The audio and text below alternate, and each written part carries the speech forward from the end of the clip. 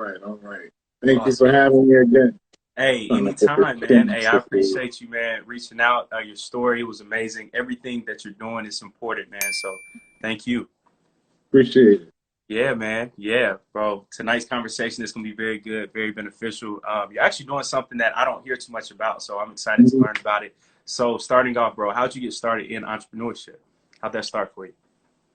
Yeah, so for those who don't know, my name is Trevor Cassaberry. I'm CEO of Castleberry Consultant and author Yes, of sir. the Phenomenal book series.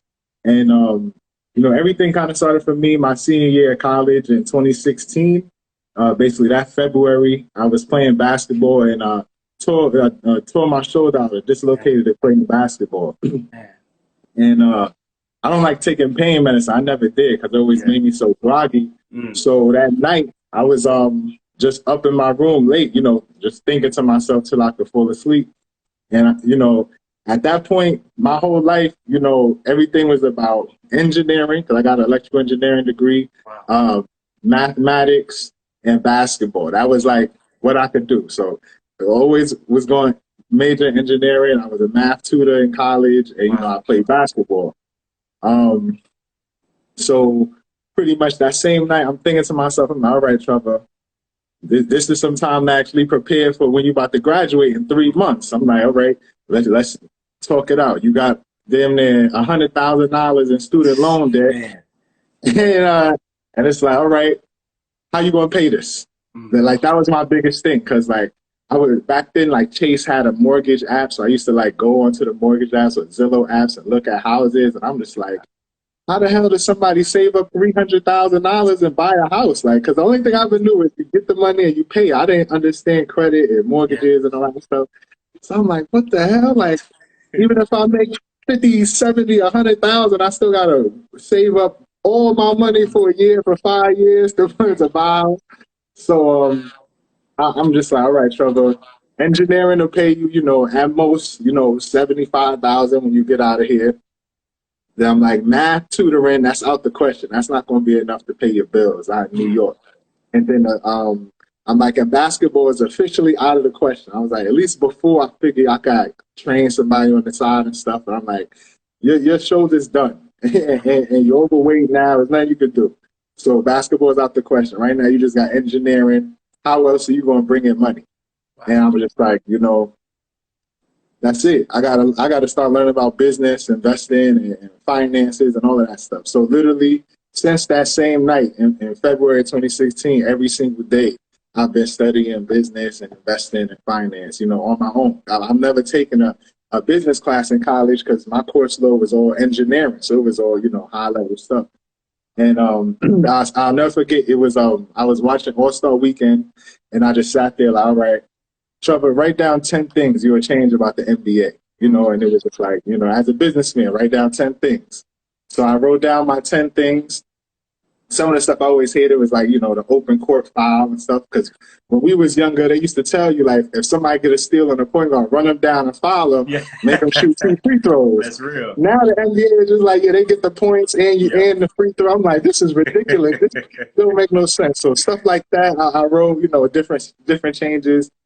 And then, I was still up. So I'm like, all right, add this, add that. Mm. I wake up the next day. I wake up already thinking about what I was writing down with the basketball league. So I'm like, let me add this, let me add that. Throughout that 1 week, remember I had a torn shoulder, so I couldn't really write. I would literally go to class, speed walk back to my room so I could start adding to the plan. Wow. And eventually, I started looking at it like a business plan. I'm like, okay, how else can you actually like turn this into a real thing? I'm like, don't just look at it as a change to the NBA. Look at it like you got your own basketball league. So now I got to start picking this thing apart piece by piece. Wow. So it got to the point I looked at the NBA and I had to look at every single way that the NBA made income. And I was like, you have to understand all these different industries just for you to get your own small league together. Because it became an idea to start my own pro basketball league in the Bronx. That's like what started the whole entrepreneurship stuff was Wow. that. Like, so that whole plan turns into a whole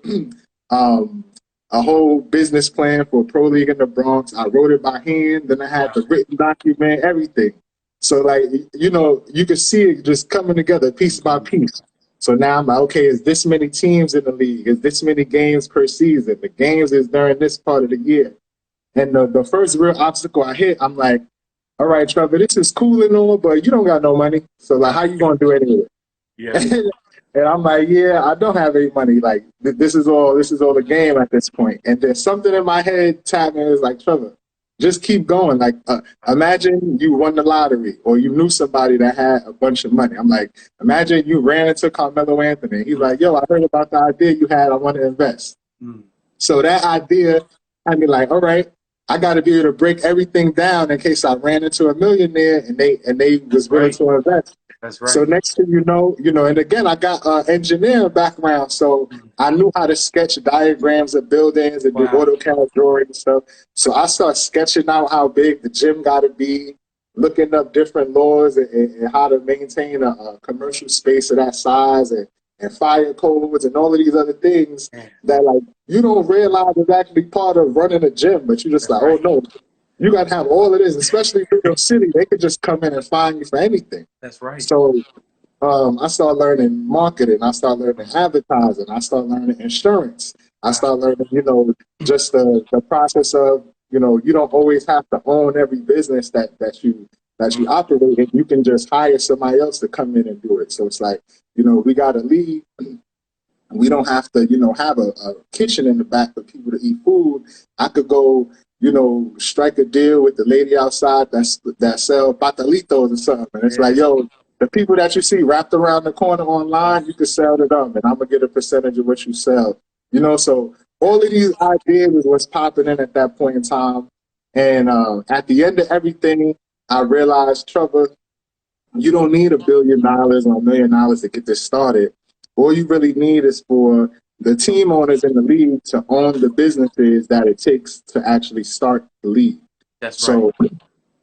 So in doing that, I'm like, okay, Trevor, if y'all need somebody, to make jerseys, y'all just need one of the team owners to own a clothing business. Y'all need somebody to wash the jerseys. Y'all need one team owner to own a laundromat. Y'all need food, one team owner to own a restaurant. Y'all need media, one team owner to own a media company.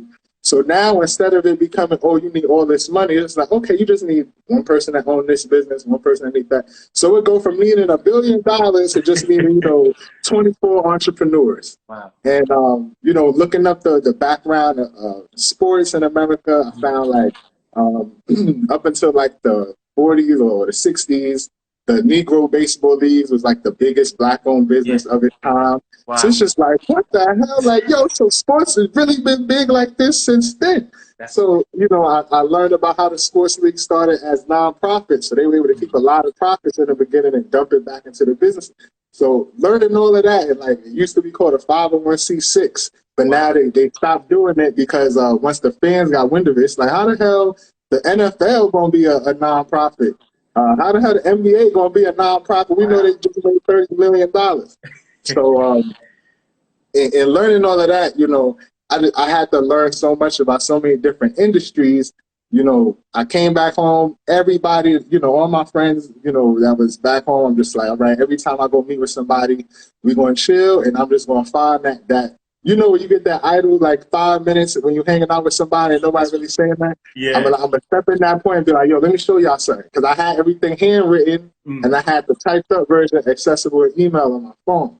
So I start talking about it, and then, slowly but surely, everybody gathering around. And they get to the point at the end, and it's just like, yo, we can make this league happen. All we need is like, within 7 to 10 years, we just need all of these businesses started by people we know. So even if you don't own it, if you just know somebody that owns it, we good. And everybody's game. So next thing you know, every time I'm meeting with people, they like, yeah, I want to do this business because that, and we talking about this. And basically, I graduated in May 2016. March of 2017, me and my wife moved in together. April of 2017, we find out she's pregnant. Wow. So May of 2017, I'm like, yeah, Trevor, you thought you had 7 to 10 years. You got right now to start. And I was watching an interview by Dr. Boyce Watkins. He was interviewing Andre Hatchett. And I'll never forget, in the interview, Andre Hatchett is talking about the mobile notary business, and it's a low-cost starter, recession-proof. So I was about to do that. And in the same interview, he ends up saying the number one small startup industry is in consulting in America. So I was like, oh, I could actually do business consulting tomorrow. I don't need no license or nothing. That's true. That's true. So literally that same night, I got the domain name. I made the Instagram, and I was like, that's it. I'm about to start Castleberry Consulting. And you know, it started off with just the business consulting, like the structure and the ideas of everything, because that's all I really knew. I didn't know what worked and what didn't. And it's like, as my business will progress and I learn more, you know, it's almost like everything I did for that last, you know, 6 months or a year, I'll package it into like, okay, this is the information a new person needs to know from this. And, you know, go from there. So it's like now all the L's I took and all of my clients get to skip over them. That's right. So, you know, consulting became, or entrepreneurship became a real thing that same night. Man, I love that story, bro. I love it. And hearing you, man, thinking outside of the box after hooping is so inspiring, man, because as you already know, we see so many Black athletes who play a sport. And then once that comes to a tragic end, we don't know what to do after that. And you were already thinking, wheels churning. What do you think sparks that in you to not get lost in the sauce, but to always think about, hey, what's next? What starts that for you? I mean, really, it's just like my camera just keeps falling down. Hey, you good, bro?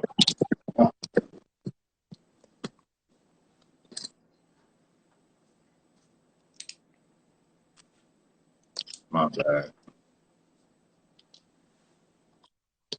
It is no problem. I'm trying out a new mic stand. My old one is broke. Okay, all right, cool. What was the question again? Good. Yeah, man, from seeing you always thinking, right, from after sports, thinking about what's next, I think that's so impressive, man. What do you think sparks that thought process of always thinking, hey, what can I do next? How can I make money? Yeah, so I always been thinking like this, but it just wasn't always money related. So, you know, I don't know, since I was young, I always had a knack for being able to, you know, deal with multiple things at a time. It's just like I can get a gist of, you know, getting to as far as I can with one thing and putting it on the shelf until I have this other thing that I can do.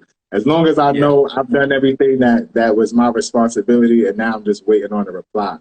So, and like in construction, there's something called CPM, which is like Central Path Method, where it's basically like software that essentially does it for you. So you're able to put in scheduling and say, you know, we need destruction. I mean, we need demolition done. Then we need cleanup done. Then we need installs done. Then we need, you know, communication stuff done. And, you know, in that order, you know, how everything needs to go. But let's say you get, you know, let's say you get to the point where you were supposed to be able to do 2 types of work in the same night, but, you know, for some reason it's just not permittable. You can look at the Central Path Method and it'll let you know which one is more of a priority.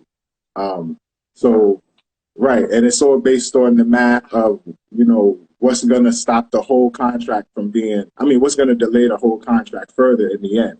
So obviously without being able to do math and plan for it, it's very hard to adjust for that kind of stuff. But because I always had a knack for it, I've always just been like, okay, I got everything squared away for this class. You know, do I need to do the homework for this? Like even in high school, when they used to tell us, you know, 40% of your grade is exams, 20% is participation.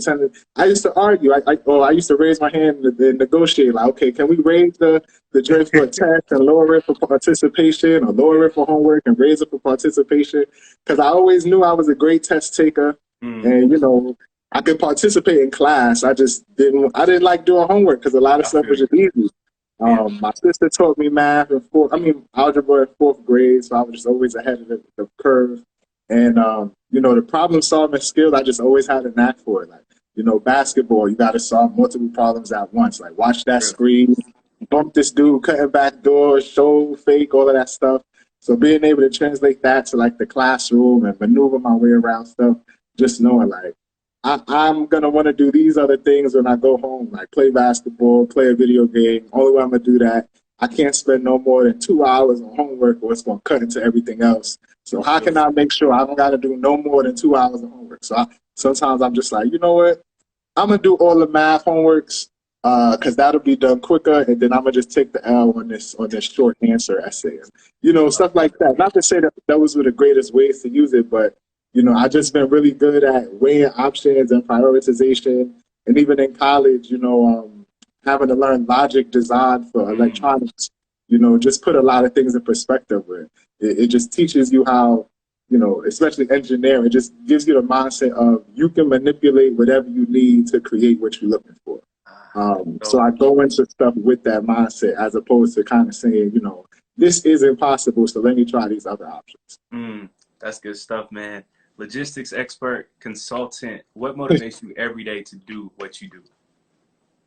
So obviously, I started the whole joint to be able to provide for my wife and my daughter, right? After that, it's like, every client and every problem that they have is just something new. So, one day I'm working, like my wife, she was my first like retainer client. Wow. Where she got fired while she was pregnant, 5 months pregnant. And she got an English degree with a poetry background and everything, but she was an admin at an engineering firm. Wow. So they got rid of her, and we had to sit down and say, all right, first off, it's going to be very hard for you to go try and find a new job while you're 5 months pregnant and you just got fired, right? They're just going to assume you did something wrong. And then it's like, afterwards, we're going to, that means we're going these next, let's say 5 months with, half her income or close, because we were making like 100K together. After she got fired, we was making like 60. Wow. So it's like, all right, how do we make up for what we're going to be missing, especially when after you give birth, you're going to need to pay for daycare and all this other stuff. And daycare in New York City could run you like $1,200 a month. Jeez. Like, yeah, it's the same as rent out here. So it's like, at that point, I'm like, how the hell do people pay rent? How the hell do people pay? What do you have left? Yeah, it's like, what the hell? I'm like, then people with 2 kids, like, where their money going? So... Yeah. And the baby wasn't even here yet. We'll be stressing over that stuff. But I'm like, listen, let's do it this way. We broke down how much she was making, like the 40,000 after taxes. It was X amount of dollars. I'm like, all right, if we take $1,200 a month out of what you was already going to be making, that leaves you with like another $500. And then it's like, all right, with this $500, 100 and change of that is going to go to a Metro card in New York. Then some of that's going to go to lunch because sometimes you ain't going to always be able to bring your lunch. You're going to have to go out some days. And then the rest of that just going to be you treating yourself once a month. So you're literally going to be making enough money to go to work. And at that point, we just made a decision like, all right, how about this? We start some sort of business for you where now you can make money while you're home without you having to, you can feel the whole vibe of having to go to an office and maybe still questioning yourself from the last experience. Yeah.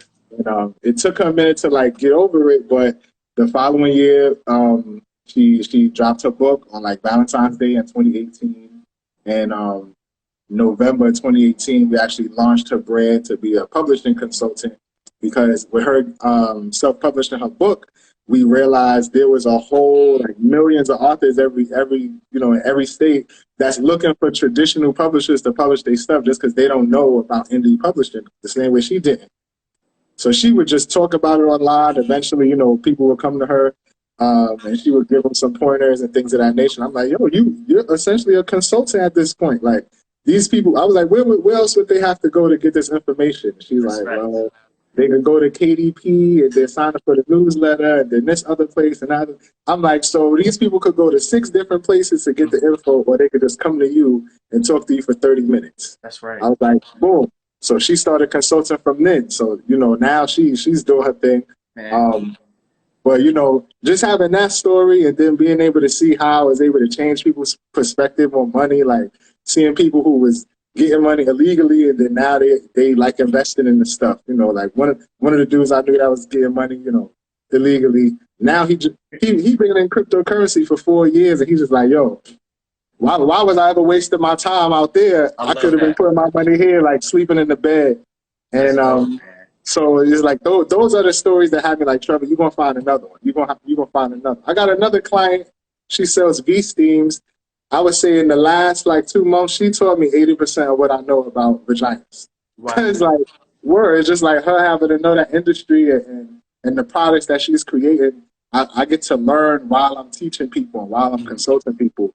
And, you know, that's 80% of the job. Because the same way I was with the basketball league, having to learn all those industries, now I got to do it for all my clients. So somebody will come to me with an industry I never worked in. It's just, all right, tell me what you got. Tell me what you're trying to do, and we're going to fill in the blank. So sometimes I got to research live with them in the meeting. I record the whole meeting so they can even see my thought process. So if they got to go back and do something similar, they can, you know, do the same thing. So, you know, that's what keeps me going. Yes, sir. I love that, man. Shout out to my guy, Warren. He asked a great question. Do you find that a large number of your clients need budgeting and accounting or logistics and creative problem solving? So in the beginning, basically all my clients were, you know, people who were very early in their business or were trying to start one. So at that point, they needed more.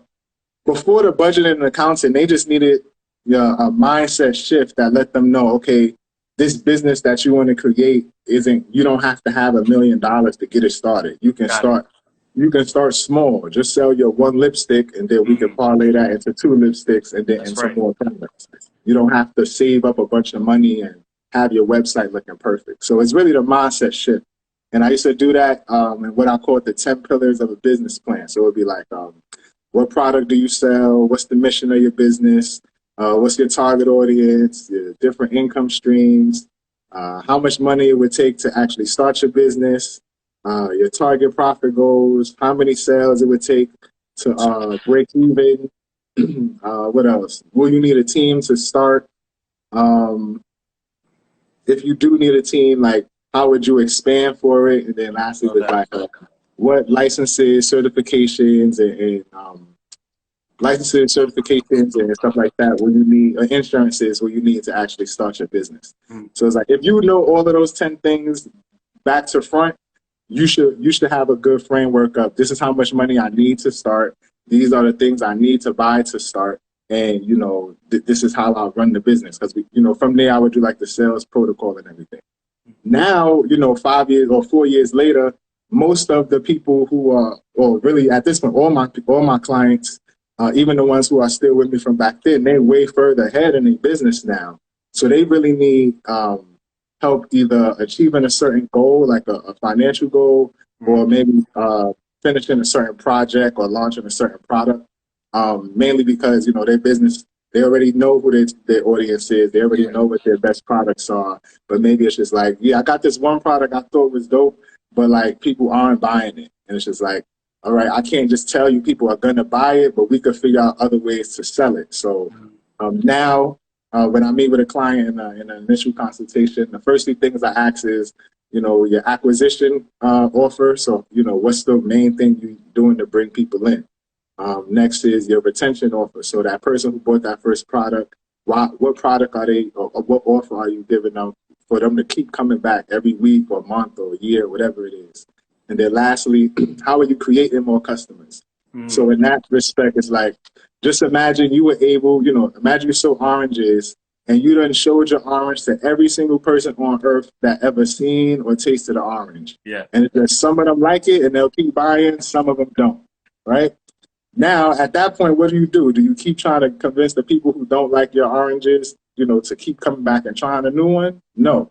You will have to go to the people who never seen or heard of an orange. So that's the reason that they're not interested, and put one in their hand, you know, without them having to say, I came for the orange. So maybe they go to the lady that sells peaches, they get a bundle of peaches, but one of your oranges thrown in there just so they could get a taste for it. You know, same thing I do with my business, with my clients. It's just like, all right, you own, you know, you sell V-steams. Okay, I got this other client that's a spa, and I'm going to try to talk to them about putting your V-steams in with their, you know, couples massages or whatever type of massages. And it's like, now you're able to sell your product, you know, from somebody buying a product from another company. And your thing is just thrown in there. And, you know, of course, they adjust for the price rate. You're making your profit without you having to make the sale. So one big issue for a lot of small businesses is they think and try to make 100% of their sales, which no large business actually has to do that. Maybe they got to make half the sales and the other half is coming from a wholesaler, you know, a partner, a third-party vendor, and all this other stuff. So if you get other people helping you make the sales, you know, by making it a collaborative offer, now you and the other person got an incentive to sell the same product, and y'all both profiting from it. So like imagine every client I had got an interview with you. Yeah. So now, you know, so now you don't got to go hunt people down. Hey, I think you should come in for an interview. It's just, hey, you should go meet with Trevor. And you know, in the back end, they're going to come meet with you in the end. Anyway. Hey, that's free game, man. So how do we network more effectively then when it comes to entrepreneurs? Because I think sometimes people overthink, people get imposter syndrome. So how do we network effectively? Yeah, so imposter syndrome is real. I'm not gonna lie. Like, even I went through it, and the one thing I will say that helped me get over the imposter syndrome is writing my books, because you get firsthand, tangible look at, this is all your accomplishments, this is all the people you help, and this is all the material you know. And you're just like, damn, I know a lot of stuff. It's like, okay, I'm cool. Like, I could go do this interview, or I could charge what I'm charging, because like this is a lot. Like, this 5 years worth of knowledge right here.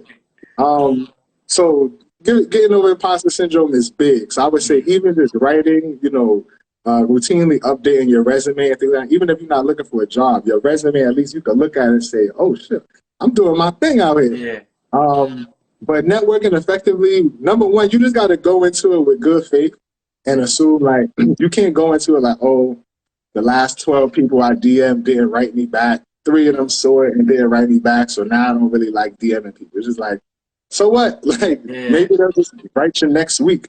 But you need to just have your plan. Like, I'm going to DM these 10 people on this list today. And the way that you know, communicate with people, because you don't want to just go on people DM and be like, hey, I think we should work together because you can help me these 3 ways. It's like, no. It's like, when I pitch to people, even when I pitch to you, it's just like, hello. First of all, hello. This is who I am. And this is the purpose for me writing you. That's the first thing you're going to see. So at that point, it's almost like a subject for email, but more detail. And then at that point, if they read that and they choose to keep,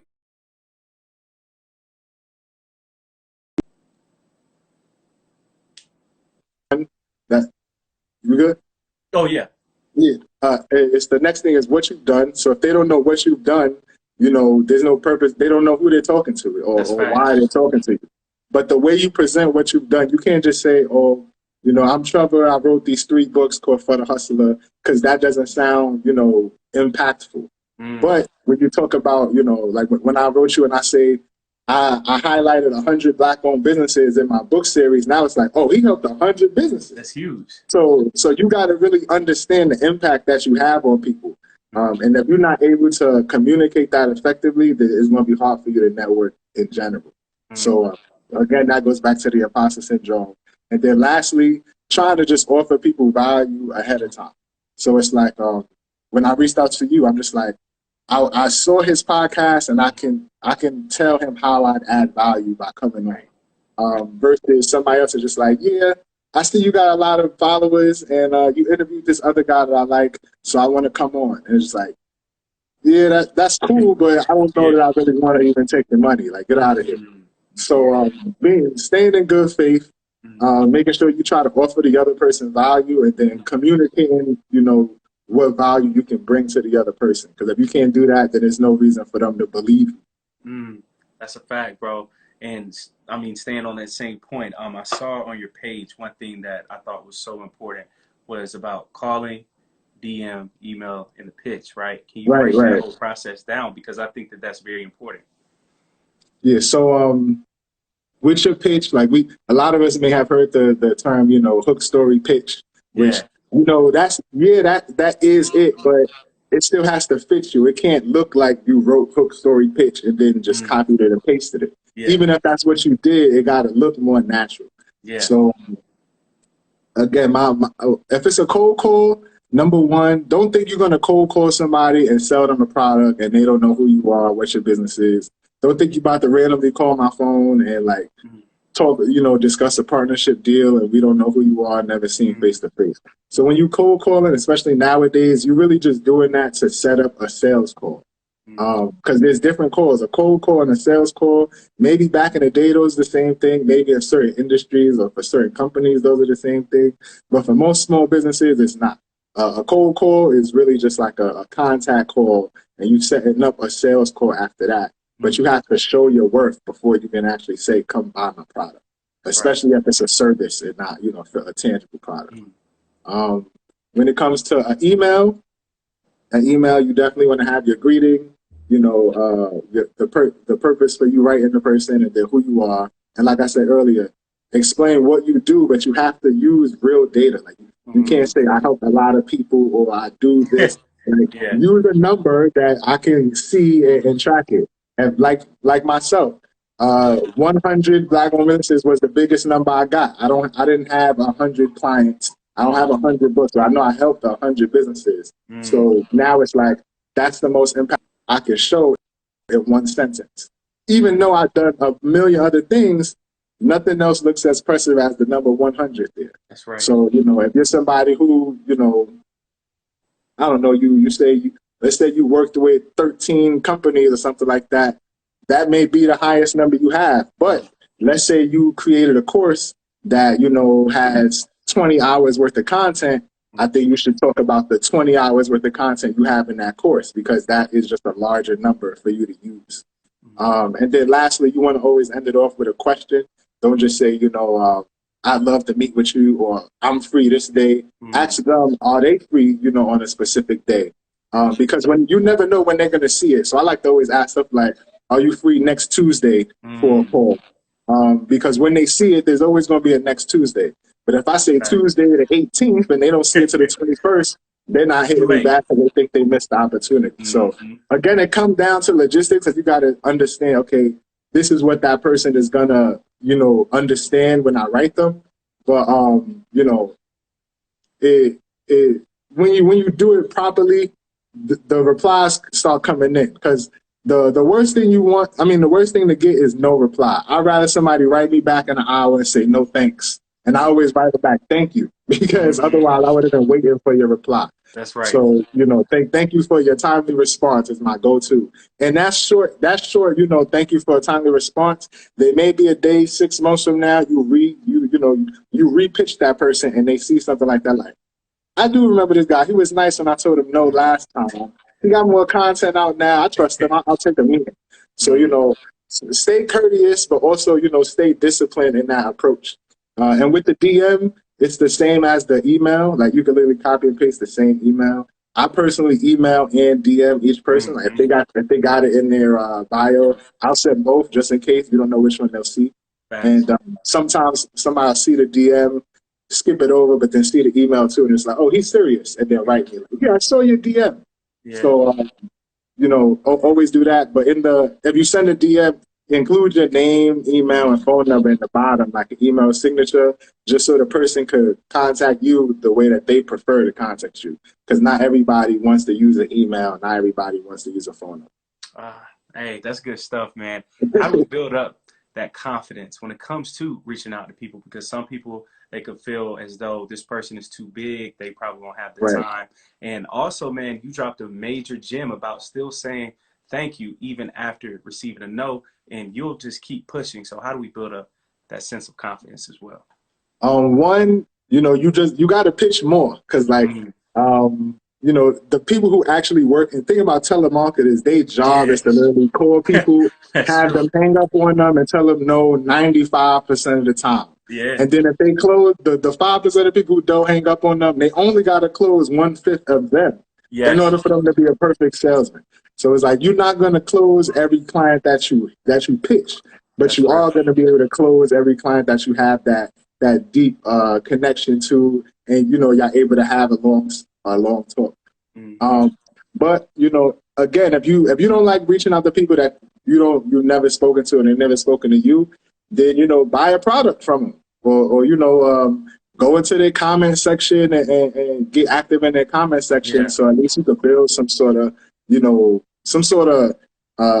conversation or familiarity between you and the person. But me personally, like my wife, she went through it. She hated DMing people. And then eventually I'm just like, listen, you just got to DM 10 people today, because I'm going to give you another 10 people in 2 days. And you don't want to have to send 30 DMs in a day. So by like the third day she had to do it, she started getting all these replies back. She's like, yeah, the DMing is working. And Wow. I'm like, oh, but those other 2 years he wasn't trying to do it because you wasn't liking people not answering. So you really just gotta write people more often because even the sales calls and the pitches, it comes more natural as you do it more often. Yeah. It's not the same as recording a video in your phone. So even though you may have a funnel that has a video there, but you saying, hey, this is my product, blah blah blah. That's still different from being on a call with somebody looking you in your face and you gotta, and you going through imposter syndrome. So Yeah. you want to make sure you have enough sales calls just coming in, even if it's even if you're taking clients for free just to help them out and for a consultation. You Mm-hmm. don't realize how much better you are at speaking, doing your Mm-hmm. consultations, and pitching to people, talking about your business. So even the last quote in my first book for the Hustler Volume 1 is talk your shit. And it's all about, Mm-hmm. you got to be able to talk about your business and your brand yourself, because no matter how good of a salesman somebody else is, it's going to always look the most authentic coming from you. Like Yeah. imagine if Dr. Dre was rapping Snoop Dogg's bars. Like they would have still been the same bars, but it's Yeah. like, you It's not not the the doggy same. dog. Like, what are you talking about? Yeah. So it's the same effect, but consistency is key. You just got to get out there and keep doing it. Because if I told you you're gonna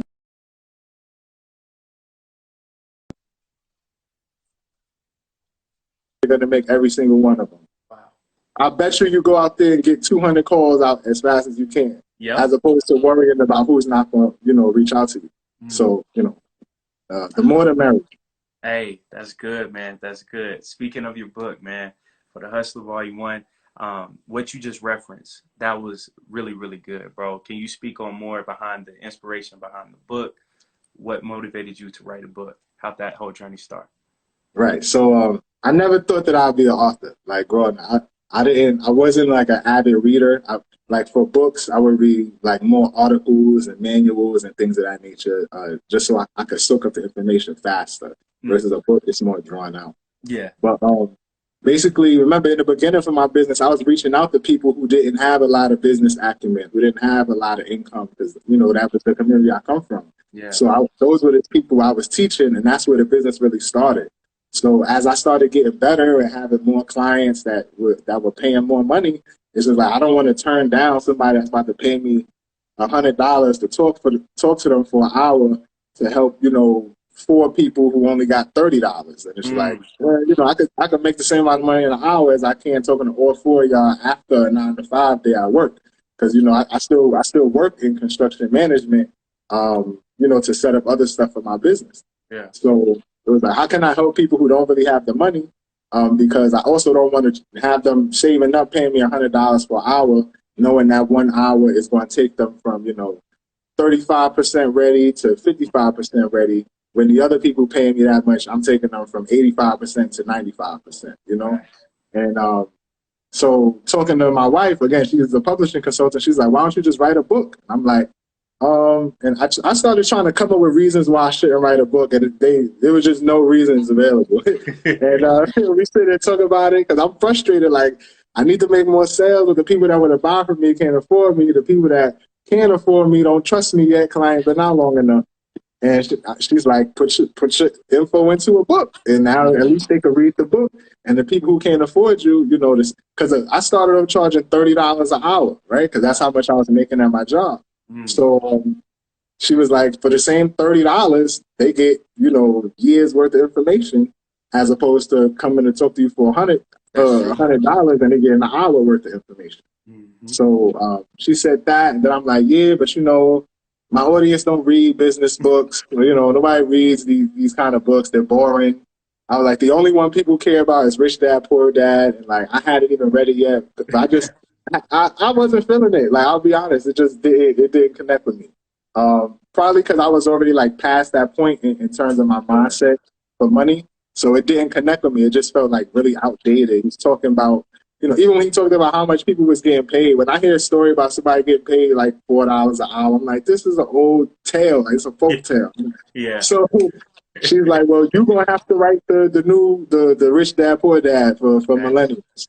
So that's how I kind of was pitching it at first. I'm like, it's basically the Rich Dad, Poor Dad for millennials. And people was like, okay, I get it. And, The main thing was figuring out who I'm writing the book for, because just like the 10 pillars of the business plan, we do it for books. Hers is called the 11 Steps to Self-Publishing. Wow. And one of them is your target audience. I actually think that's the first one. And it's like, who are you talking to? Because if I'm writing a book for, you know, a 19-year-old kid from the Bronx, that book looks, feels, and sounds totally different than a book for a master's student at Harvard. That's right. You know what I mean? Even though it's the same information, I got to present it in a way that my audience is going to accept. And the audience that I'm writing for, they don't even have a book like this. So I don't have something to say, okay, I'm going to do it like this. So, you know, I kind of just, I'm sitting there talking to my wife about it. And I'm like, well, my target audience is, you know, people that got 9-to-5s, that's, you know, hit a plateau in their career or their pay. People who are entrepreneurs but looking to, you know, go get to that next step. I'm like, I have had the clients who, you know, was getting money without a W-2.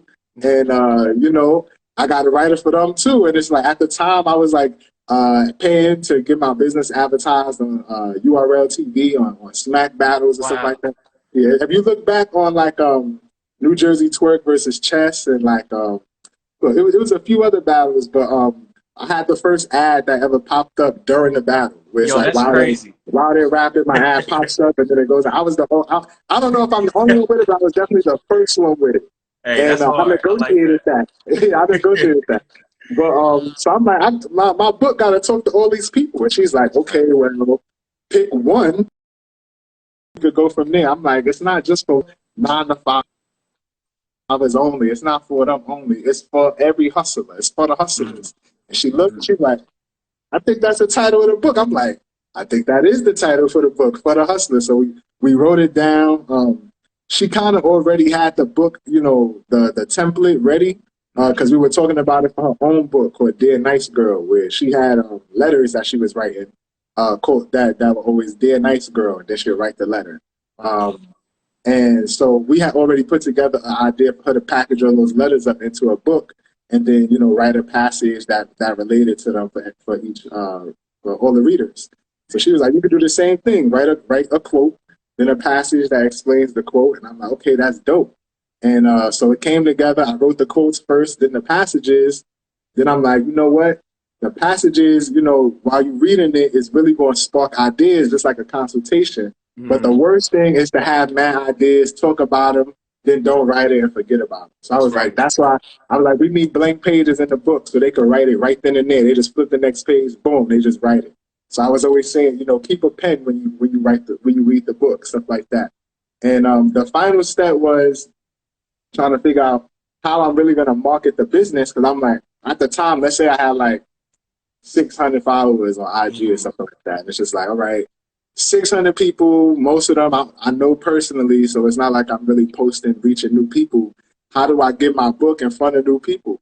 And it's just like, I don't know. And it's just like, really, my clients are entrepreneurs going forward. So how do I get in front of more entrepreneurs? And I'm like, Trevor, how can you use the book to help more entrepreneurs? And that will incentivize them to help promote it. And that's why I was like, if I could use the book to market or promote other entrepreneurs, I'm good. And you really think about it, I could promote them for free in the book. And technically, that's for life. You know what I mean? Because it's published. Yeah. And so I was like, each quote, I'm going to put a business affiliate with each one. So that's 50 businesses. And I'm like, shit, my clients is 90% Black-owned businesses. So, you know, it got to the point it was hard to find Black-owned businesses. So I was like, I'm going to just I'm going to promote 50 Black-owned businesses in each book. And then it's like, all right, how do I actually do it? Like, do I just put them on the page? What? And I had to like kind of run a little experiment with people I knew to see how they responded to it. And that's how I decided the table of contents, where we typically say like quote 1 is on page 1, quote 3 is on page 10 or whatever. I'm like, instead of putting quote 1, I'm gonna just put a business website.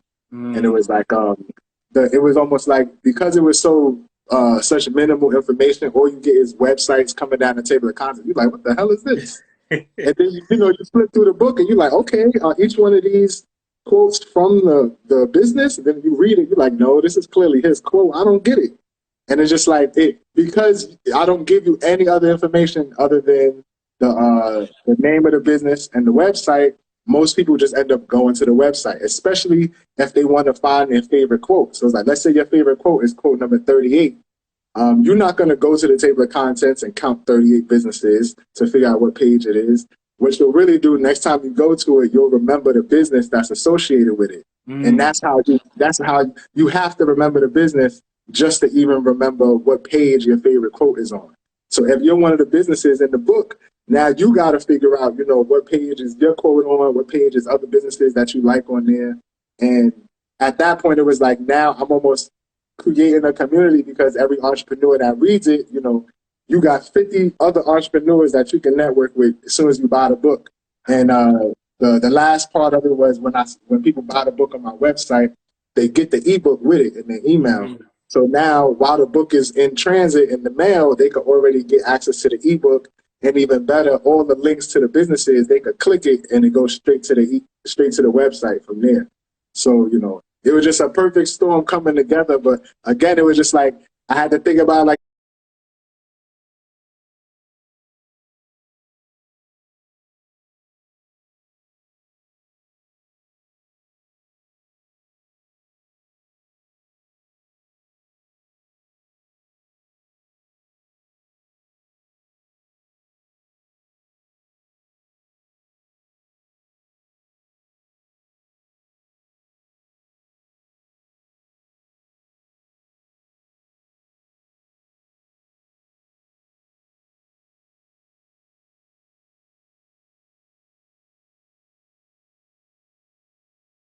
like the NBA, like what are like all the different ways that I could use this book to benefit me and the reader and the other, and my audience that doesn't read the book. And it all came together. So now we done labeled it the Amakosa, because that's my wife's business, amakosa.com. We labeled it the Amakosa Motivational Quote Book because we didn't see any books like this in the market. Now you're noticing a lot more books with like blank pages for people to write in and stuff like that. But it was more foreign before, and the way we packaged it with the quotes and the passages and the blank pages and the promotions is just, there's no other books like it. So if any other book had all of that in it, I'm just oh yeah, they definitely had to have For the Hustler. Hey, I love it, bro. And Connie Taylor, man, she described it perfectly. It is indeed genius, man, because this sounds like our Connie, modern day green book, bro. It sounds like you created a brand new green book, the same thing that, our people had to use for traveling, to know which businesses to stop at. This is that modern day, bro. That was a great idea, man. So how do you feel, or what feeling do you get from seeing businesses being highlighted, and especially Black-owned businesses? Like, how does that feel for you overall? It feels good because like the main reasons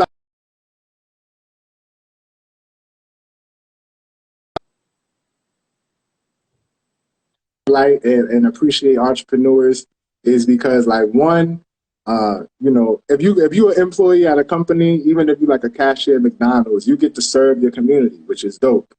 If you're a high level manager, you get to hire your community at whatever company you're working at, right? Because you're an upper level manager. So that's dope. But the only way to actually hire and serve your community in that same way is to be the owner of the business. Because now you still have the hiring aspect, but because you have that infrastructure together, you can serve your community with your own labor and other people's. So it's like the entrepreneurs are the ones who really create those lanes for other people. Not all of them do it effectively, but the ones that do it effectively, obviously make changes. The next is entrepreneurs are the ones who inspire upcoming entrepreneurs. Like, you got a podcast, I guarantee there's some other podcasts that you watch that was like, nah, that's it. I could do this. I like that one and follow that model. You know what I mean? Yeah. Whether it was on IG or YouTube, whatever, you just like, I'm going to start somewhere, and that's the one that got me ready. Yeah. So it's like, entrepreneurs do that for other entrepreneurs. I don't know any entrepreneurs that were just like, oh, I saw a lawyer that was working, and I wanted to be a lawyer so bad, but I just decided to be an entrepreneur. Like, no, there was some entrepreneur or some occasion that happened that you saw the benefit of entrepreneurship, and you decided, I'm taking that step. And then, lastly, it's like the entrepreneurs kind of create you know, they they they create so much capital, whether it's their own or access to other ones. With entrepreneurs are the ones who invest in businesses. That's So right. it's like, and for the next generation to create more jobs and more businesses, our generation is gonna have to be the ones that invest in them. You know what I mean? Like, there's no reason why Shark Tank still is a bunch of 60-year-old people. There should have been one for That's true. 30-year-olds that's Yeah. millionaires. There should have been one Yeah. for the kids, the 15-year-olds that are. If that's my client, and hopefully they see this and they cut me a little check, but like they should have a round robin where it's just like, okay, this is Shark Tank 30 and under season, where all the business owners is under 30. They millennials. Then you got the Shark Tank the next season. All of these is kid entrepreneurs. That's Yeah. 8 and 12 and 14. Because those are the people that's gonna, not just have the capital, but the network and that relatability to upcoming entrepreneurs, where their time and their investment will make the most impact. It's not many times that you're going to see somebody that got a large pension from working in the bank back in the day, that now they become a angel investor or something like that. So it's like you gotta incentivize entrepreneurs to do the right thing, and one way to do that is to at least highlight them and show some appreciation. Because not every business in my book is some huge, business making 6 figures. Some of them was, open for 30 days before I wrote that book. And, they got to get the same appreciation. Yeah, I love that, man. I love it, bro. And you're the CEO of the #1 logistical firm in the Bronx. How does that feel, man? And why logistics, bro? When you hit me up, read like the whole story, read about you, and I'm like, yo, man, this is so interesting. So why that industry, bro? What inspired that?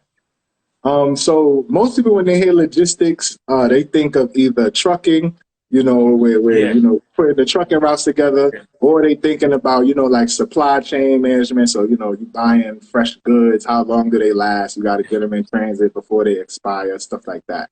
But for me, it's like every business has a supply chain model, whether you create a good or a service. Like, I still got to supply my consulting services. So it's like somebody has to go to my website.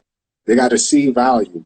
They got to buy they got to buy the book. I still got to have somebody who either I got the books in my house and I'm going to the post office to ship it, or I got somebody else doing it, or I outsource it. So I use Amazon. I hate keeping books on hand and got to go to the. I hate standing in the post office. So it's just like, you got to understand. You buy from me, I'm shipping a third party through Amazon. Yeah, it take extra days, but that's why you get an ebook with it and a free consultation. So it's like, the value is there. If you're willing to wait 7 days for a book that is going to pay you back the cost of the book, Yeah. you know what I mean? You get a free consult with it. You can't miss. So it's like logistics is in everything. And then with me having to learn all those different industries, again, with the league situation, I got the idea of what is the purpose of this business? What is the process of this business? How does it benefit people? So again, when I started my business, I was just doing business consulting, like the structure of businesses. Eventually it was, teaching them how to do the business plan and LLC and all of that stuff. A year after that, I got into the stock market. Long story short, when me and my wife moved out, we had $1,100 left over in a savings account, a CD account. And we kept it in there for a year. I could have did the math and just took it out, but we left it in there for a year. Came back a year later, and that $1,100 made $3 profit. And that was like, okay, I could turn 1,100 into 1,103 in an hour. Yeah. So I'm never using this again. So that's what made us start investing in stocks heavily. And that first year, we made a big return. So it was like, okay, I still didn't feel comfortable giving my service or offering my services for that. But in talking to other people on Facebook that I knew were investors that I knew from high school and college, our discussions, the way that they would respond back to me, because one of them was in the military, another one was a Wall Street stockbroker, and they're like, "No, yeah, you're doing good. Like, everything you're saying makes sense. Like, this is how you invest. You're not a rookie. You're good at this." So that was the confirmation. Like, okay, Trevor, you need to offer these services because people were asking for it. So it started business, then investing, then negotiation. I had a client. She was a security guard, and she was trying to get more pay, but she said her job will always be like, yeah, we'll discuss it in 30 days. Then she'll come back in 30 days. Yeah, give us 30 more days. So they kept giving her runaround. Eventually, she's like, yeah, I want to get my firearm license, my fire guard license, so I could get like an extra $5 an hour. I'm like, that's cool. But from my experience as a lifeguard, 'cause I used to lifeguard in college, I was like, the people who make the biggest jump in pay is the people that become instructors. Because if you got one lifeguard instructor, they usually are also a lifeguard, so you can make them work. But they also essentially create more lifeguards, you know?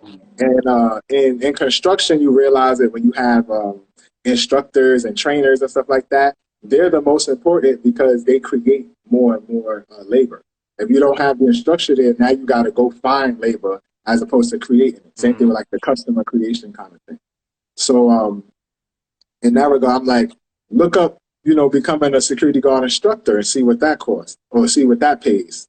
The pay was like double what she was already making. And there was like only 2 security guard instructor schools in the Bronx. So she found one. It just so happened that that one is owned by a black dude. And she said there was only 2 other people in the class that like looked like they were below the age of 50. Man. So she said the owner and pulled her and the other 2 young people to the side, like, listen, I don't know how y'all found this place or why y'all here, but y'all are like 20 years ahead of the curve. And I'm proud of y'all. And I want y'all to continue this on because, you know, security guard instruction, most people don't think about it until they're trying to retire from being a security guard. And y'all are in y'all 20s. One dude, she said one dude was like 18, 19 years old. And, you know, they in there preparing. Not obviously, if they in the class, they already security guards for a certain amount of time, but they about to make a whole new jump where it's almost like you jump in your own boss at that point because you can create more. And in doing that, she gets the security guard instructor license and stuff. Literally, and she gets an LLC because I told her just get one in case you could get another business that want to hire you. You can always send them another instructor if you don't have the time to do it. She said within one day of her telling one of her coworkers what she did, word got around to one of the bosses. The bosses came that same day, offered her a bump in pay and more hours. They want her to work half the hours as a security guard and half the hours as a security guard instructor.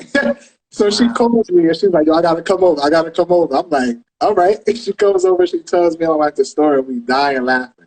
I'm like, so look at that. So she plans for her negotiation for the people and all this stuff. I'm like, listen, if they want to give you more pay, tell them this how much you want to make, you know, because this covers all of your bills and your business, right? I'm like, if they can't cover you for that much pay, now you get to tell them what kind of hours you want to work. So it's like, I'll take the same amount of pay you're willing to give me, but I'm not working 40 hours for it. Now I'm working 25 hours for that pay. And then it's like, okay, of those 25 hours, now you got the leverage to say, I'll do instruction work because now my 25 hours are creating people who can give you 40 hours worth of labor. So it's like now you have the leverage and the logic behind it to pitch it to them, and they just say yes or no. But the fact that they came so fast to give her a raise and more hours and, you know, switching up the schedule was just like, you got to understand, if one of their competitors hears about you, you're going to make so much more money. So she was there for a while and then ended up getting working on a partnership with another security guard school in the Bronx that just so happened to be like the one other security guard school that was owned by a black guy. And that dude needed her because he couldn't bring in Spanish-speaking security guards because he didn't speak Spanish, and she was Dominican. So he basically was paying her to create these security guard lessons in Spanish and promotions in Spanish just so they could bring in more people.